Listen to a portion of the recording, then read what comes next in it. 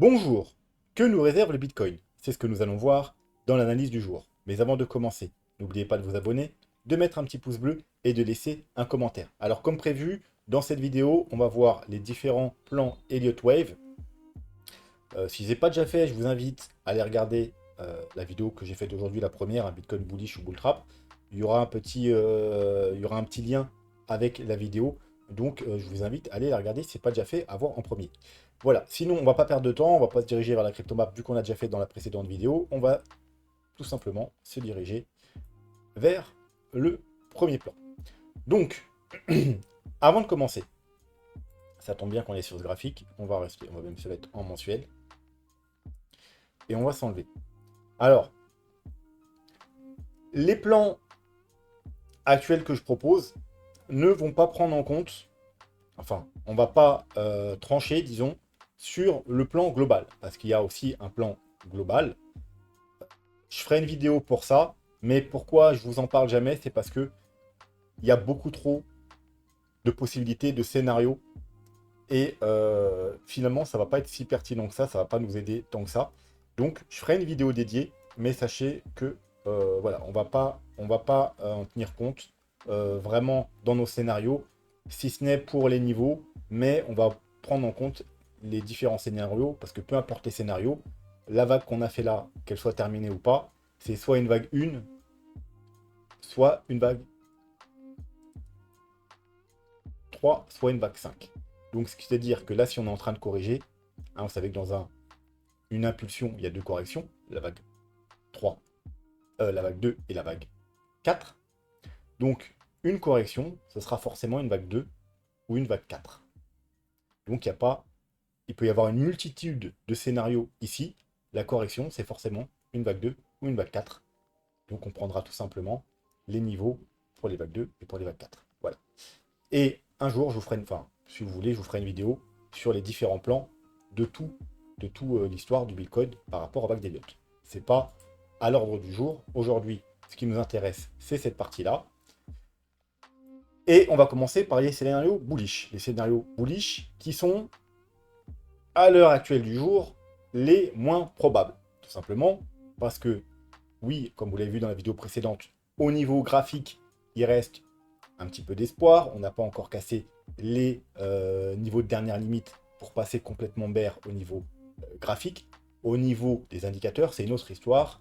On a pratiquement eu 80-90% des scénarios bearish de bear market. Donc, les scénarios bearish, à l'instant T, ne sont pas à privilégier. C'est une autre histoire si on arrive à réintégrer et à rester au-dessus des 100 000 $. Là, on reverra nos prévisions. Mais à l'instant T, il vaut mieux préférer les plans bearish. Donc, on va voir les plans bullish en premier. Le premier plan, on a une vague 1, une vague 2, une vague 3, une vague 4 et une vague 5.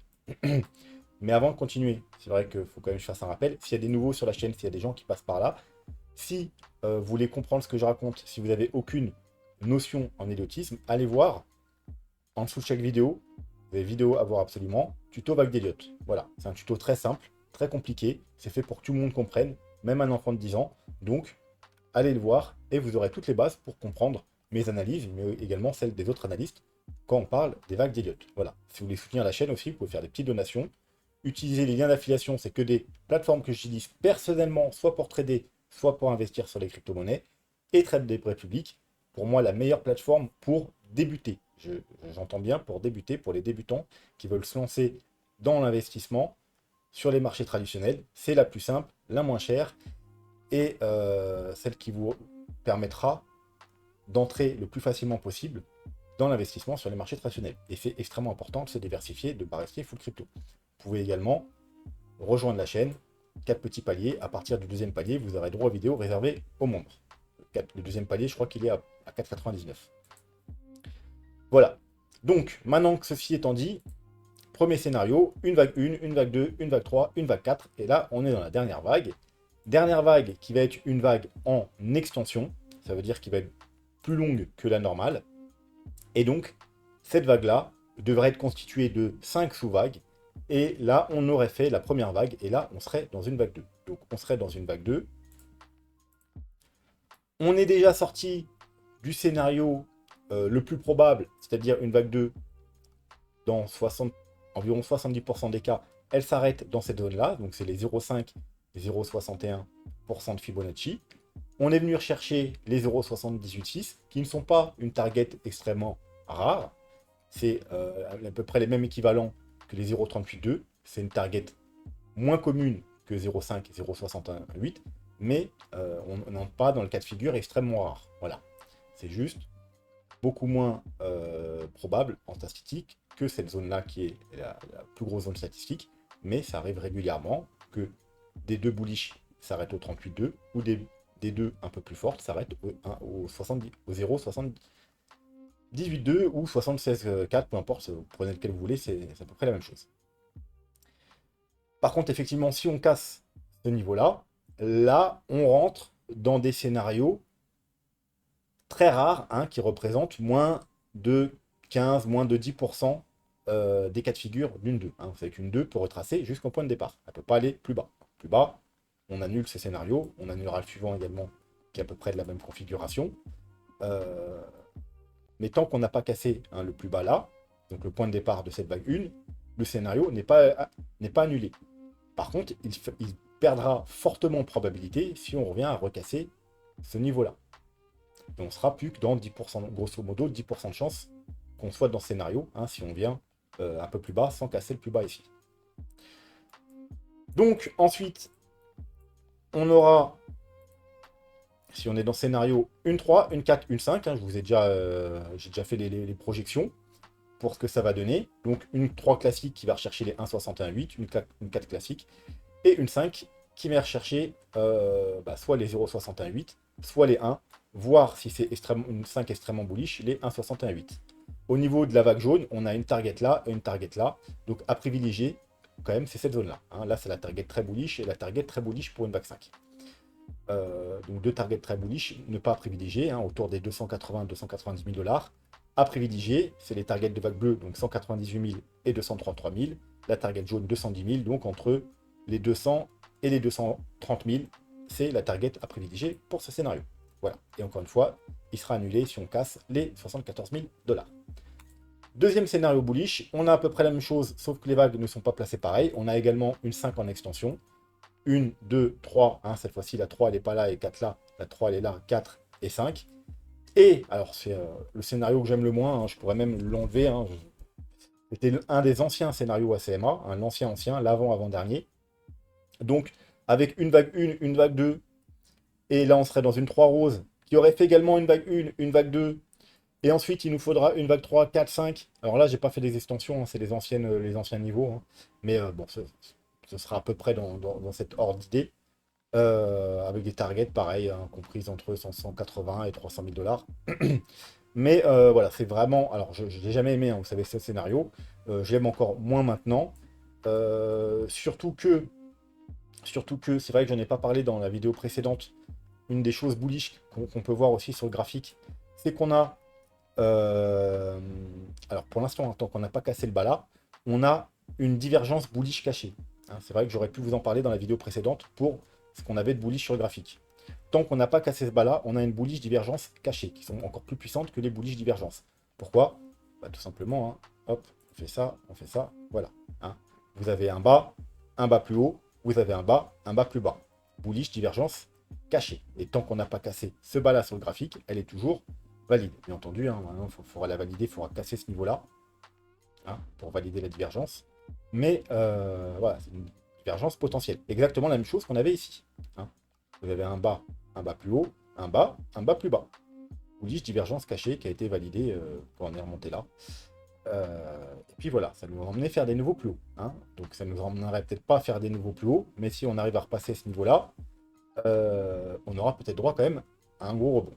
Bref, donc une des raisons pourquoi j'aime pas ce scénario, c'est parce que vous voyez que on sait que la 2 ne doit jamais casser la 1, et en général, on aime bien que sur le RSI, ce soit pareil. Seulement sur la RSI, vous voyez que si c'est une 1 et une 2, bah, la 2 casse la 1. Alors, c'est pas obligatoire, hein, ça arrive. Mais c'est un point négatif en plus pour ce scénario. Et puis en plus, on a la même chose ici. Une, deux, vous voyez, une, deux, deux, voilà. On a deux fois la même chose qui se produit, donc quelque chose qu'on ne veut pas voir. Ça se produit deux fois dans le scénario. Donc voilà, ce scénario, c'est vraiment le dernier, je passe en dernier. Et puis voilà, on va pas trop s'attarder dessus. Il est là, il existe, il sera annulé si on casse ce niveau-là. Et puis on pourra passer à autre chose. Dernier scénario bullish, c'était l'avant-dernier scénario de CMA. Hein. Après, au dernier moment, il a changé et maintenant il est en scénario bear. Euh, une, deux, et c'est le scénario qui va avec la vidéo précédente. Hein. Donc, quand je parlais de structure, de casser la structure, hein, peut-être qu'on n'avait pas cassé toute la structure, mais seulement la structure de ce mouvement, vous voyez, hein, ce mouvement-là, hein, tout simplement parce que c'est une vague 3. Et donc, c'est normal qu'on casse la structure parce qu'on corrige ce mouvement-là. Donc, on casse la structure. Une vague 4. Les targets de la vague 4, c'est ici et ici. Alors, hein, tout simplement, on va reprendre les targets. Hop. Donc, 0,382, 0,5. Et potentiellement, si on a une vague 4 très forte, ne pas privilégier, c'est ici aux 62 500 dollars. Et ensuite, là, on entre dans des statistiques extrêmement rares. Alors, vous savez qu'une vague 4 peut corriger. Hein, le scénario, c'est techniquement, c'est ce que je vous disais à l'époque quand il avait fait le scénario SMA, je vous dis, c'est un malin parce que techniquement, on peut retourner jusqu'aux 32 000 dollars et que le scénario soit toujours valide. Hein, donc, en gros, se taper tout le bear market et que son scénario bullish soit toujours valide. Il n'a pas pris cette solution, il a pris l'autre solution de finalement passer en scénario bear. Mais quoi qu'il en soit, si on casse les 0,618, le scénario perd fortement en probabilité. Hein. On rentre pareil sur des cas inférieurs à 15%. Et déjà, là, si on casse déjà les 0,5, on rentre déjà sur des scénarios inférieurs à 20-30%. Donc voilà, c'est vraiment la target principale. Ici, on est venu toucher pile poil les 0,382. Donc, pour l'instant, c'est parfait. Hein, c'est le scénario. Disons que c'est le scénario bullish à privilégier, pour moi, je pense. Probablement le plus propre maintenant, c'est celui-ci. Donc, on aurait fait la vague 4, il nous resterait une vague 5. Alors, admettons, on aurait terminé maintenant ici. Eh bien, les targets pour cette vague 5 seront tout simplement 0,618, les 1 et target bullish, les 1,618. Voilà. Donc, bien entendu, ensuite, avec les sous-vagues, on fera des targets plus précises. Bon, on aura double target sous-vague bleu par exemple et target jaune. Pour l'instant, on n'a que la target de la vague jaune. Donc, 142 000, ce serait une vague 5 faible. Hein, vous voyez, juste un léger plus haut. Target 5 classique, donc à privilégier 179 000, hein, ça tombe bien, c'était dans notre target qu'on avait au début du bull market. Hein. Après nos 120-130 000 dollars, c'était autour des 170-180 000 dollars. Et dernière target, donc pareil, ne pas à privilégier, target bullish, très bullish, pas extrêmement bullish, mais assez bullish, 240 000, aux alentours des 240 000 dollars. Voilà, je vous répète, à privilégier 180 000 dollars avec une fin, alors ça on peut pas prévoir, mais bon, si on met un truc à peu près comme ça, voilà, qui est à peu près esthétiquement correct, alors tout dépend, parce que si on a fini là, voilà, il faudrait plutôt, voilà, quelque chose comme ça. Pour, ouais, probablement entre juin et septembre, hein, voilà, quelque chose comme ça. Et ensuite, on aurait notre bear market. Voilà. Donc ça, c'était pour les scénarios bullish. Maintenant, on va passer au scénario bearish. Alors, le moins probable, c'est celui-ci pour le moment. Alors, pourquoi pour le moment? Tout simplement parce que ce scénario-là ne peut pas être terminé maintenant. Pourquoi? Alors oui, on a atteint une première target. Donc, scénario, c'est quoi? 1, 2, 3, 4, 5. La vague 5 se termine au point le plus haut. Et là, on est en bear market. Et là, la correction, elle prendra une forme qu'on ne peut pas prévoir parce qu'il est beaucoup trop tôt. Hein. Si on est dans ce scénario-là, on n'est qu'au début.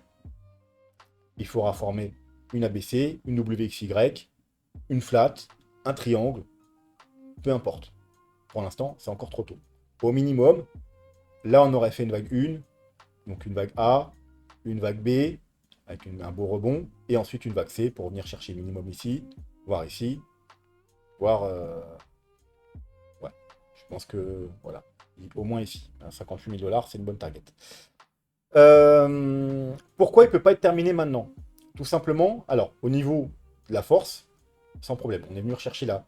Alors, je vous rappelle, 1, 2, 3, 4, 5, quand je vous ai dit au début de vidéo, cette vague-là, là, la correction, ça sera soit une vague 2, soit une vague 4. Donc si c'est une vague 2, les targets, vous les connaissez, target principal, 0,5, 0,618, ici. Mais une vague 2 peut très bien s'arrêter au 0,382, il n'y a aucun problème. Une vague 2 peut très bien aller rechercher les 0,786. Il n'y a aucun problème, hein. Donc c'est toutes les targets. Si c'est une vague 4, 0,382, target parfaite. 0,5, bonne target. 0,618, quand même moins probable. Et voilà, il y a peu de chances, si c'est une vague 4, qu'on ait recherché plus bas. Mais le problème n'est pas au niveau de la puissance. On a vu que c'est une target correcte pour une vague 1, une très bonne target pour une vague 2, une très bonne target pour une vague 4. Mais il y a le deuxième paramètre, le temps. Le temps. Dans ce scénario, on est censé corriger tout ce mouvement. Tout ce mouvement, il dure 3 ans. Pour corriger 3 ans, il nous faut 6 mois, 1 an et demi, 2 ans. Là, on a 2 mois. C'est pas possible. Vous voyez bien que même des corrections intercycles, elles ont duré 6 mois, 8 mois, 6 mois, hein, à peu près, un peu de choses près. Hein. En même temps, ouais, 112 jours. Bon, flemme de calculer combien ça fait en mois, mais ça fait plusieurs mois. Ici, 150 jours. Donc voilà, pareil, ça fait peut-être 4-5 mois. Et puis là, celle-là, elle avait été très longue. Hein. Je crois qu'elle avait duré quasiment 8 mois. Hein. 168 jours, voilà. Donc ça fait plus de 6 mois. Peut-être pas plus 6 mois, mais ça fait quasiment ça fait à peu près 6 mois. Bref, elles vont durer entre 4 et 6 mois pour des corrections intercycles. Donc bien entendu, la correction de tout ce mouvement doit durer plus de 6 mois. Là, ça fait 2 mois, c'est pas possible. On ne corrige pas 3 ans en 2 mois. Donc à l'instant T, c'est pas le scénario à privilégier, puisqu'on ne peut pas l'avoir terminé, et que, bien entendu, on fait un rebond et qu'on va plus bas, et dans plusieurs mois, oui, ce scénario, il augmentera en probabilité. Pour l'instant, à l'instant T, au niveau où on est, bah, il n'est pas à privilégier par rapport à l'autre scénario qu'on va voir, tout simplement parce que l'autre scénario, il peut être terminé. Voilà. Mais voilà, donc à savoir que ça va nous prendre du temps, hein, ça va nous prendre plusieurs mois, donc probablement entre 6 mois et 1 an. Et les targets, ben, vous les avez là. Les targets plus précis, il faudra attendre d'avoir de savoir quelle forme va prendre la correction. Voilà, pour l'instant, on est très trop tôt, on n'en sait pas plus. On a juste des targets maintenant, entre les 70 et les 58 000 $, et une dernière target aux 38 000, environ 39 000 $. Dernier scénario, donc scénario bearish le plus probable actuel. Pourquoi le plus probable? Non seulement parce que je vous ai toujours dit, ça a toujours été, dans tous les plans, que ce soit bearish ou bullish, le scénario le plus propre au niveau des vagues d'Elliott et du RSI. On a une belle vague 1, une belle vague 2, une belle vague 3, une belle vague 4 et une belle vague 5. Tout simplement, c'est terminé. Au niveau du RSI, on a une belle vague 1, une belle vague 2, A, B, C, très propre. Une belle vague 3, qui est plus haut que la 1, comme on l'attend. Une vague 4, et une vague 5, qui diverge, qui est plus bas que la 3. On fait un plus haut, mais on fait un plus bas. 1, 2, 3, 4, 5, avec la vague 5, qui diverge. C'est très propre. Et on a fini ici, et là, on est dans une flat, exactement comme on l'avait au précédent bull market. Une flat, 3, 3 vers le haut, et 1, 2, 3, 4, 5 vers le bas, une A, une B, une C. Voilà. Les targets, alors, on corrige tout ce mouvement, donc la différence, on ne corrige pas 3 ans de hausse, on corrige un tout petit peu plus que 2 ans, enfin environ 2 ans. Ça fait déjà combien de temps? Janvier 2025. Pas tout à fait un an, mais 8 ou 9 mois. Donc, c'est suffisant pour corriger 2 ans. Enfin, non, je dis 8 ou 9 mois, mais là, on en novembre, décembre, non, décembre. Donc, ça fait 11 mois, pratiquement un an. Hein. Dans un mois, ça fera un an. Donc, c'est largement suffisant. Donc, comme je vous dis, ce scénario-là pourrait très bien être terminé ici, hein, qui est une target en plus par rapport au vague jaune. Hein. Donc, on imagine que ça, encore une fois, c'est une 3, une 2 ou une 4. Donc, on a les mêmes targets que précédemment, hein. Là, c'est les mêmes targets, hein. Donc, pour la vague jaune, je les ai mis en jaune. Et là, c'est pour la flat. Alors, la flat, pareil, hein. On avait une target là, une target vers là. On a déjà atteint les targets. On pourrait déjà s'arrêter là. Et au niveau du temps, c'est bon aussi. Il n'y a rien qui nous empêche d'avoir déjà terminé, entre guillemets, le bear market dans ce scénario-là. Parce qu'au niveau du prix, ça colle. Au niveau du timing, ça colle aussi. Maintenant, effectivement, on peut très bien aussi aller plus bas et faire un truc plus dans ce type-là. Alors, peut-être pas aussi long, mais au moins aller rechercher un peu plus bas. Ce qui est d'ailleurs plutôt à privilégier. Hein. Parce que sinon, parce que vu que là, on doit corriger tout ça, c'est vrai que l'intensité du mouvement reste quand même un peu faible. Hein. On a corrigé, dans ces mouvements intercycles, on a corrigé à chaque fois plus de 20%, 30%, 32% même.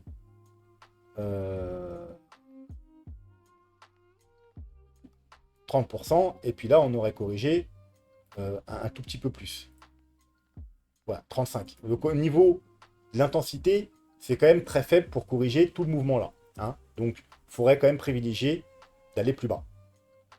Et d'aller rechercher au moins cette target-là, voire cette target-là. Et vous voyez que là, on est autour des 40 000. Là, on est autour des 50 000 $. C'est les très bonnes targets qu'on a définies avec pas mal d'indicateurs.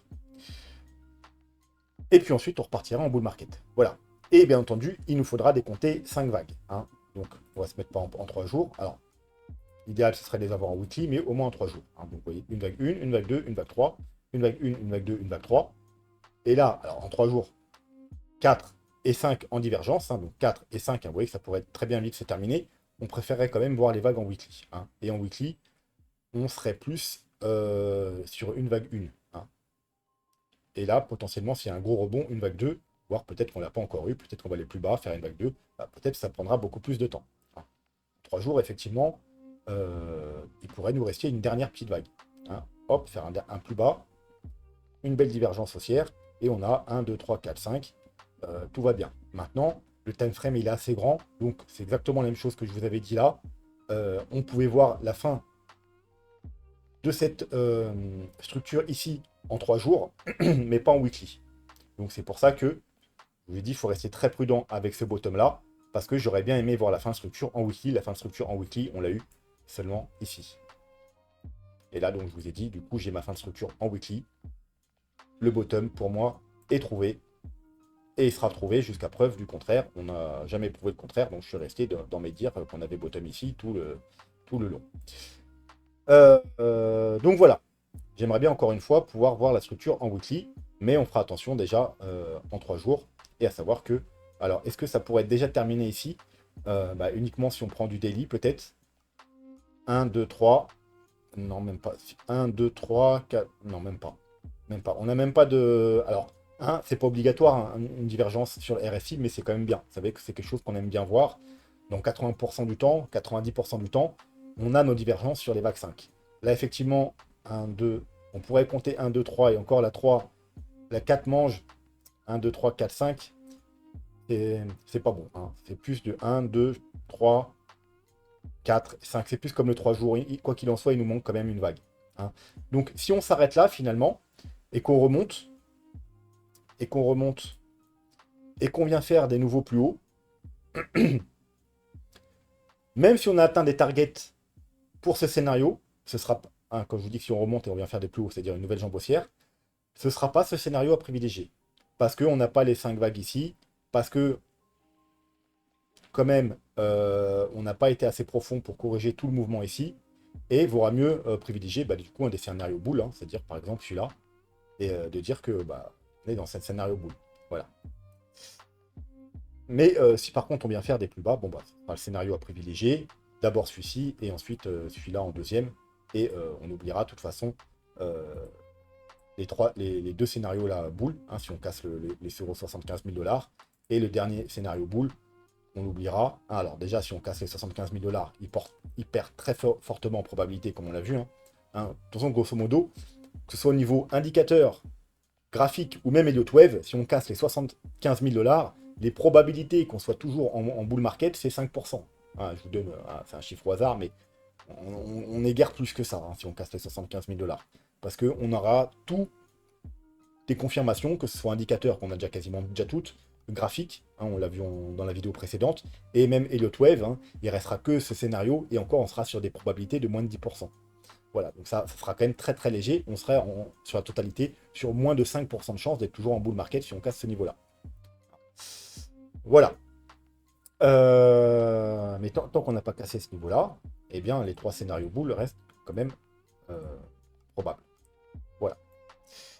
Et puis c'est bon, on va s'arrêter là, hein. On fera des updates réguliers. Si vous avez des questions, n'hésitez pas en commentaire. Si ce n'est pas déjà fait, n'hésitez pas à vous abonner, mettre des petits pouces bleus et plein de petits commentaires. Voilà, sur ce, moi je vous souhaite une bonne fin de journée, une bonne fin de soirée, et je vous dis à demain. Tchuss.